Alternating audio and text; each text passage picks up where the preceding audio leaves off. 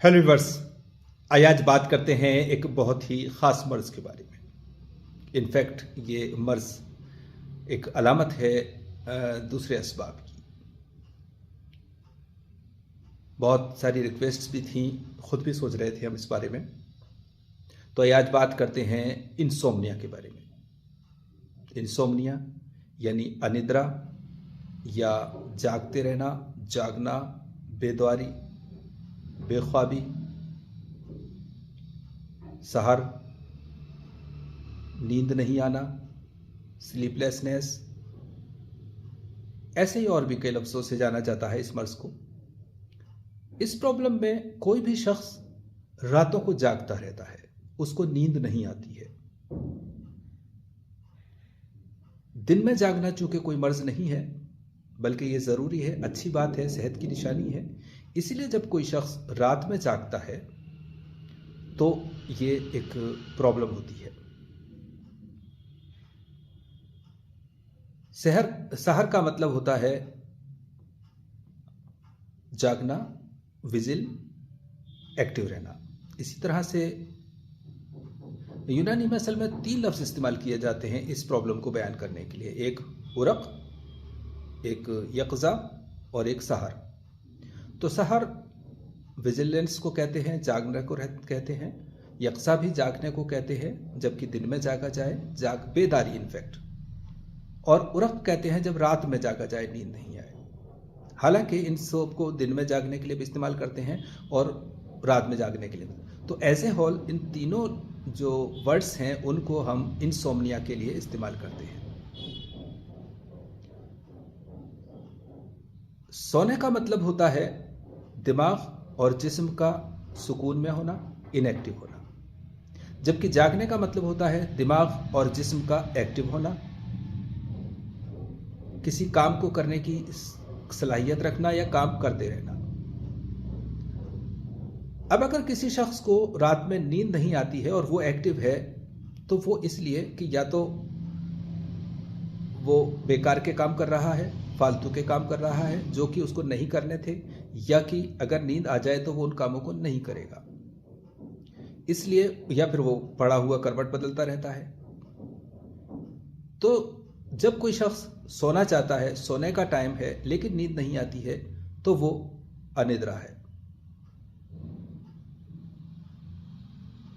सोने का टाइम बहुत सारे लोगों का अलग अलग होता है। कुछ लोग देर से सोते हैं और देर से जागते हैं। कुछ लोग जल्दी सोते हैं और जल्दी जागते हैं। कुछ लोग कम सोते हैं और कुछ लोग ज़्यादा सोते हैं। ये इनके मिजाज की बात है, ये मर्ज़ नहीं है। मर्ज़ ये तब होता है जबकि कोई शख्स सोना चाहे और उसको नींद नहीं आए, या नींद आए मगर जल्दी जल्दी टूट जाए, जल्दी जल्दी नींद टूट जाए, तब भी ये मर्ज़ है। नींद बहुत देर में जा कर के आए, तब भी ये मर्ज़ है। तो अनिद्रा को समझने के लिए जो आज की मॉडर्न सिस्टम है वो तो ये कहता है कि अभी तक इसके जो कॉजेज़ हैं, जो वजह है, वो समझ में नहीं आई है। ठीक है, लेकिन यूनानी नज़रिए से जब हम बात करते हैं तो उसकी जो असली वजह होती है वो होती है दिमाग में खुश्की। चाहे वो खुश्की किसी भी कैफियत के साथ हो, गर्मी के साथ हो, सर्दी के साथ हो, सौदा के साथ हो, सफरा के साथ हो, लेकिन खुश्की का होना लाजमी है दिमाग में। ये अलामात और वजह की बात हम बाद में करेंगे। पहले हम इस तरह से समझते हैं कि नींद की जो टाइप्स हैं वो असल में 3 तरह से डिवाइड किया गया है। एक इख्तियारी यानी ऑप्शनल, यानी चूजन वन, सेलेक्टिव, यानी कि जब कोई शख्स रात के वक्त खुद न सोना चाहे और देर तक जागकर काम करे, इसलिए नींद को इग्नोर कर दे कि उसे अभी कोई काम करना है। कोई भी काम हो सकता है, कुछ भी वजह हो सकती है, तो ये उसके इख्तियार में है, ये उसकी ऑप्शन है जो उसने चूज़ किया है। तो इस वजह से वो अगर नहीं सोता है, देर तक जागता रहता है, तो ये मर्ज नहीं है। तो इख्तियारी में कोई भी शख्स अपनी मर्जी से बिजी रहता है, अपनी मर्जी से नहीं सोता है, एक वजह ये होती है। दूसरी वजह यह होती है कि कोई शख्स इतना कम खाना खाता है कि उसके मैदे में खुश्की हो जाती है और उसकी वजह से दिमाग में खुश्की असर करती है और उसको नींद नहीं आती है। कम खाने से भी नींद नहीं आती है, खुश्की हो जाती है। कोई शख्स, तीसरी वजह, कोई शख्स इतना ज़्यादा खाता है कि मैदे पे बोझ पड़ जाता है और उसकी वजह से दिमाग परेशान होता है और वो फिर जागता रहता है, टहलता रहता है, खाने को हजम करने की कोशिश में लगा रहता है, बहुत एक लंबा टाइम इसी जस्तजू में गुजार देता है कि किस तरह से खाना पेट से नीचे उतर जाए, हजम हो जाए, चैन आ जाए, सुकून आ जाए और वो सो जाए। यानी कि उसने इतना ज़्यादा खा लिया है जिसकी वजह से उसको बेचैनी हो रही है और नींद नहीं आती है, नींद आते ही घबराहट होने लगती है। ये तीन वजूहात इख्तियारी में होती है, जो कि उसके इख्तियार में है, अपनी मर्जी में है। अगर चाहे तो वो अपनी नॉर्मल खुराक खा सकता है, चाहे तो वो कम खा सकता है, चाहे तो वो वक्त पे सो सकता है। लेकिन इसके अलावा चाय से भी नींद उड़ जाती है, कहें कम हो जाती है, चली जाती है। कॉफ़ी से भी ऐसा ही होता है। और दूसरे नंबर की वजह होती है, जो हमने 3 टाइप्स में डिवाइड किया, उसमें एक इख्तियारी, दूसरी आर्जी यानी टेम्परेरी। इसमें गम होता है, गुस्सा होता है, फिक्र होता है, रंज होता है, एंग्जाइटी, इस तरह की कोई भी इमोशनल कंडीशन जिसकी वजह से लंबे टाइम तक ये कंडीशन रहे तो नींद नहीं आती है और इंसोम्निया हो जाता है। मॉडर्न सिस्टम सिर्फ इन चीज़ों के बारे में ज़्यादा जानकारी रखता है या बयान करता है कि नींद नहीं आने की जो वजह है वो एंग्जाइटी और स्ट्रेस है। यूनानी सिस्टम ऑफ मेडिसिन में इसको आर्जी वजह, टेम्परेरी वजह माना जाता है, जो कि कुछ ख़ास वक्त के लिए होती है और उसके बाद जब इसका समाधान हो जाता है तो नींद आने लगती है, आ जानी चाहिए। तो इस तरह से जो आर्जी कंडीशन है यही सबसे ज़्यादा पाई जाती है आज के दौर में। हाँ, मैं इख्तियारी के बारे में एक बात कहना भूल गया, क्योंकि अभी हम जो बात कर रहे हैं वो यूनानी सिस्टम ऑफ मेडिसिन की जो अपनी एक्सप्लेनेशंस हैं, जो डेफिनेशन से वहाँ बात करें, लेकिन एक नई चीज़ और इस दौर के हिसाब से जो है अब ऐड करना हो कि हमें इख्तियारी टाइप्स में, जो इख्तियारी टाइप है इसकी, मोबाइल, लैपटॉप या कंप्यूटर या स्क्रीन कह दें हम, तो जो शख्स स्क्रीन पर जितना टाइम ज़्यादा गुजारता है उसकी नींदें उतनी ही कम हो जाती हैं। यहाँ पर भी जो स्क्रीन से जो वेव्स निकलती हैं वो दिमाग में खुश्की पैदा करती हैं और उसकी वजह से नींद नहीं आती है। वैसे तो स्क्रीन टाइम जितना ज़्यादा होगा उतना नुकसान की बात है, लेकिन कुछ लोगों के अपने काम होते हैं तब तक ठीक है, लेकिन कुछ लोग शौकिया तौर पे बिला वजह बहुत सारा वक्त इस पे गुजारते हैं, उसकी वजह से उनकी आंखों को नुकसान होता है, दिमाग को नुकसान होता है, उनके बिहेवियर में चेंजेस आते हैं। तो मेरी सलाह ये रहेगी कि इन चीज़ों से जितना ज़्यादा से ज़्यादा हो बचा जाए, खुद के अंदर एक कॉन्फिडेंस पैदा किया जाए और अपने आप को रोक के रखा जाए। लेकिन फिर भी जितनी भी वक्त करना है वो बैठ के किया जाए, लेट के, चूँकि मोबाइल अक्सर लोग लेट के करते हैं, जो लोग लेट के मोबाइल करते हैं अपने बेड पे, उन लोगों पे इसका असर ज़्यादा होता है, ज़्यादा नींद उनकी उड़ती है, नींद में खलल पैदा होता है। इसलिए मोबाइल या ये चीज़ें जितनी कम से कम की जाए बेहतर है, और अगर की जाए तो बैठ करके की जाए, थोड़ी डिस्टेंस के साथ की जाए, अपनी आँखें ऊपर होनी चाहिए, मोबाइल नीचे, ना कि मोबाइल ऊपर और आँखें नीचे। तो इस तरह से ये मेरा तजुर्बा है। अब ये एक टाइप और जुड़ गई है इख्तियारी में, जिसको कि इंसान चाहे तो छोड़ सकता है, अपना उसका ऑप्शन है। और अब हम बात करें तीसरी कंडीशन जो होती है, तीसरी टाइप जो होती है इंसोम्निया की, मर्जी कैफियत, यानी कि बीमारी जो असल सबब होता है। जैसा कि मैंने कहा कि इंसोम्निया के लिए लाजिम है कि खुश्की दिमाग में हो, वो किसी भी वजह से हो। तो कभी कभी एक नंबर की बात करें तो कभी कभी ये होता है कि दिमाग में एक सूए मिजाज सादा हो जाता है, यानी कि एक खुश्की पैदा हो जाती है। गर्मी खुश्की पैदा हो जाती है, सिर्फ सिंपल गर्मी खुश्की, इसमें मादा नहीं है। लेकिन कभी ऐसा होता है कि गर्मी खुश्की के साथ साथ सफरा भी होता है, यानी कि ये सूए मिजाज हार मादी हो जाती है, जबकि मादा भी शामिल है। तीसरी कंडीशन ये होती है कि सूए मिजाज मादी सौदा की वजह से हो जाता है। दिमाग में सौदा की वजह से दिमाग में सर्दी और खुश्की पैदा हो जाती है, तो नींद नहीं आती है, नींद उड़ जाती है।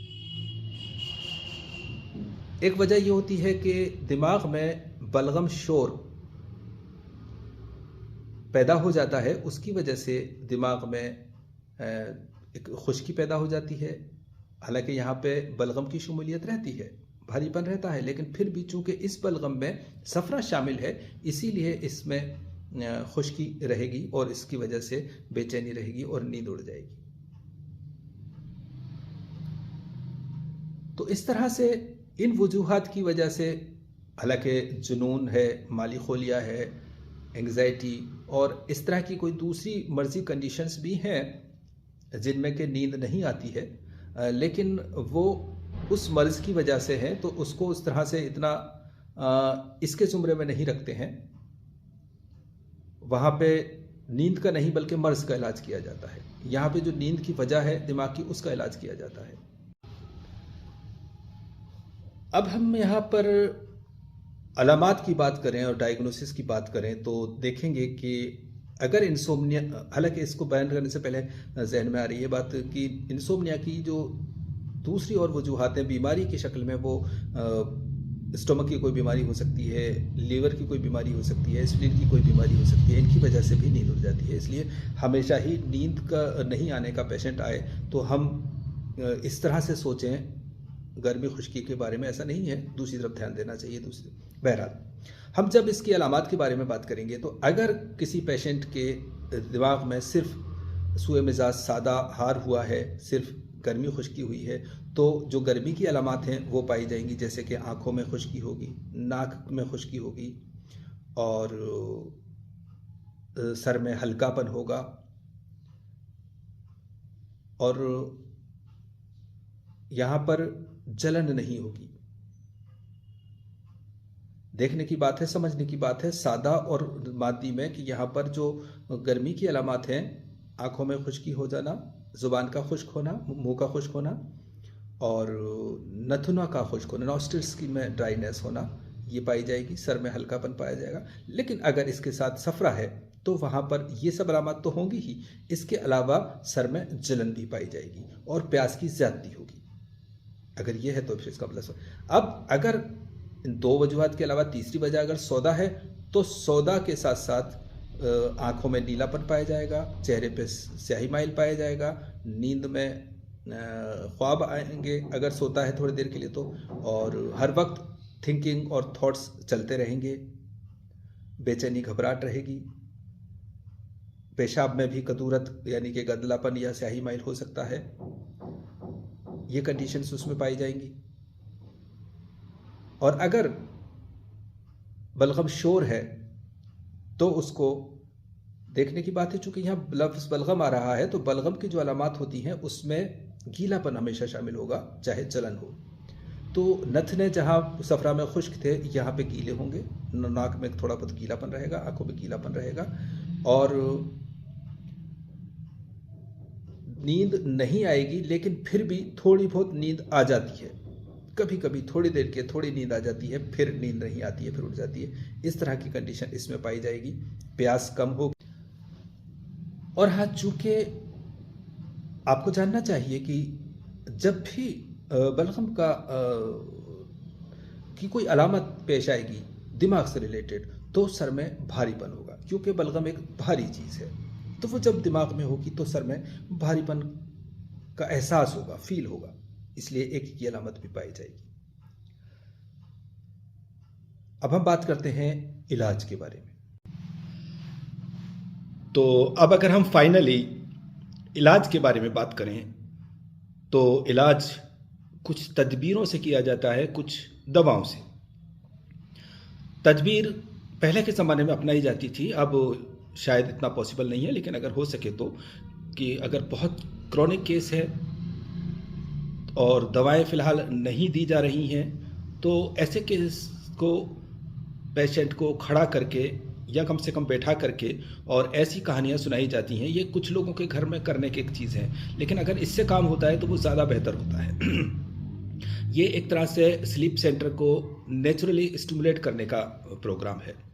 तो उसको इस तरह की कहानियाँ सुनाई जाएं जो बोरिंग हो, जिसमें कि वो और लंबी हो, ख़त्म ही ना हो, बोरिंग हो, जिससे कि उसको अपने आप ही उबासियाँ आने लगें, यॉर्निंग आने लगें और उसको नींद आने लगे। 1 दिन 2 दिन 3 दिन में इस तरह की चीज़ होने लगे। अगर आप इंटरेस्टिंग कहानियाँ सुनाएंगे तो उसको मज़ा आएगा, वो और स्टिमुलेट हो जाएगा और उसकी नींद और भाग जाएगी। इसी तरह से गज़ल, गीत, गाने वगैरह से भी। दूसरी तदबीर ये होती है कि एक कॉटन का रुमाल या कोई कपड़ा लिया जाए, जिसको ठंडे पानी से गीला किया जाए, उसको निचोड़ करके और उसको लेट करके आँखों पे रखा जाए इसे, और थोड़ी देर के बाद उसको पलट दिया जाए। इस तरह से बुखार में फेस पे रखते हैं, उसी तरह से जब वो गर्म हो जाए तो उसको ऐसे खोलकर थोड़ी सी हवा में लहरा लें, वो फिर ठंडा हो जाएगा। और उसके बाद उसको फिर वही तय करके और आँखों पे रखें। इतनी देर तक रखें कि वो जो ठंडक है पलकों को पेनिट्रेट करके, आईलिड्स को पेनिट्रेट करके आई बॉल्स में अंदर तक महसूस होने लगे। जब ऐसा महसूस होने लगे तो रुमाल को एक तरफ डाल दिया जाए और करवट लेकर सोया जाए। इससे भी अक्सर काम हो जाता है। लेकिन अगर इससे भी काम नहीं होता है तो फिर ये देखा जाता है कि मर्ज़ का सबब किस तरह का है, कैफियत के एतबार से। कि अगर सूए मिजाज सादा हार है तो आम तौर से रोगन बादाम शीरी की मालिश करना रोज़ सर पे सोते वक्त, या रोगन कद्दू शीरी की मालिश करना ठीक रहता है, रिजल्ट देता है। लेकिन अगर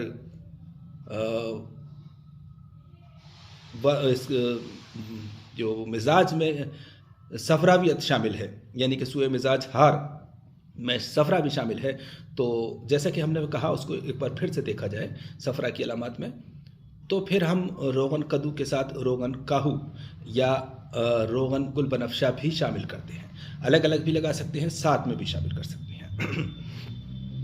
और अगर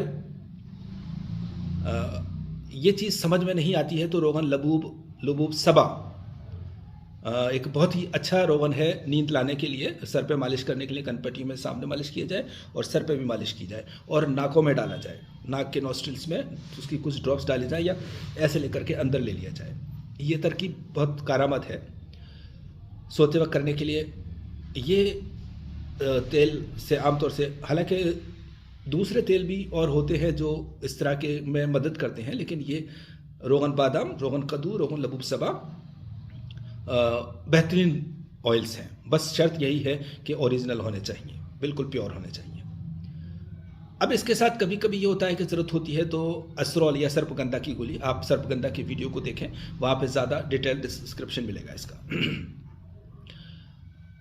और फिर कभी कभी ये होता है कि अगर खुश्की ज़्यादा है तो जो एक धारा बोलते हैं या तरेड़ा, गुलबनफशा, काहू, गुल नीलोफर और खशखाश दाने, इनको कूट करके बॉईल कर करके इनका जोशादा बना करके साफ़ करके और सर पर पे ऐसे डाला जाए धार बना करके, उससे दिमाग को बड़ी तरी पहुंचती है और फ़ायदा होता है।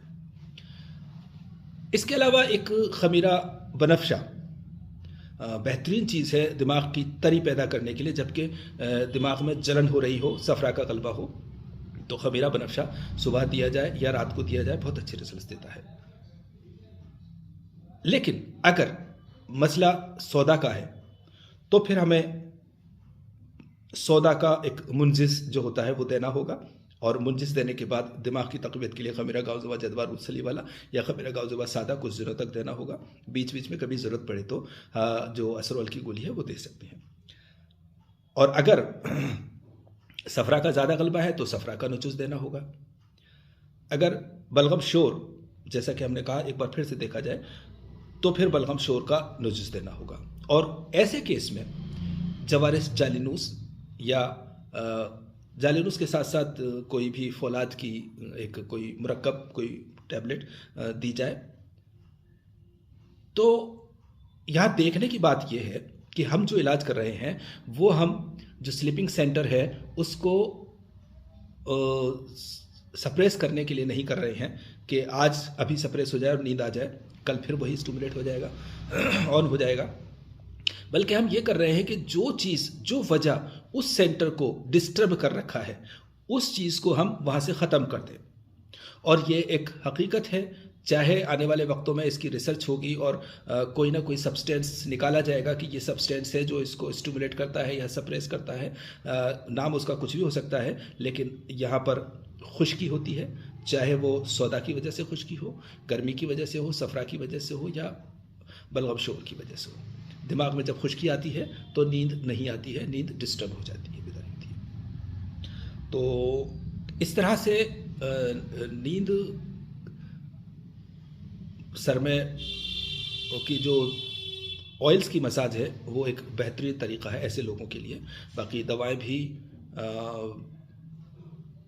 और भी होती हैं कई, जब जैसी ज़रूरत होती है तो वो थोड़ी बहुत घटाई बढ़ाई जाती हैं, लेकिन आम तौर से हम फाइनली अगर इसको ख़त्म करें, कंप्लीट करें, कंक्लूड करें तो इतना कह सकते हैं कि जो रोगनियात हैं, जो रोगन है, ये बेहतरीन चीज़ है। हब्बे असरोल, इसके साथ स्टिक है खमीरा बनफशा, ये चीज़ें आमतौर से बेहतरीन होती हैं। लेकिन अगर केस कॉम्प्लिकेटेड है, क्रोनिक है और मादे का है तो फिर मादे का नजुस देना और उसका निकालना ज़रूरी होता है। शायद हम इस पर फिर कभी और बात करेंगे, कुछ चीज़ें सहन में फ़िलहाल नहीं आ रही हैं, बातें करेंगे इंशाल्लाह। फ़िलहाल इतना ही। अल्लाह हाफ़िज़।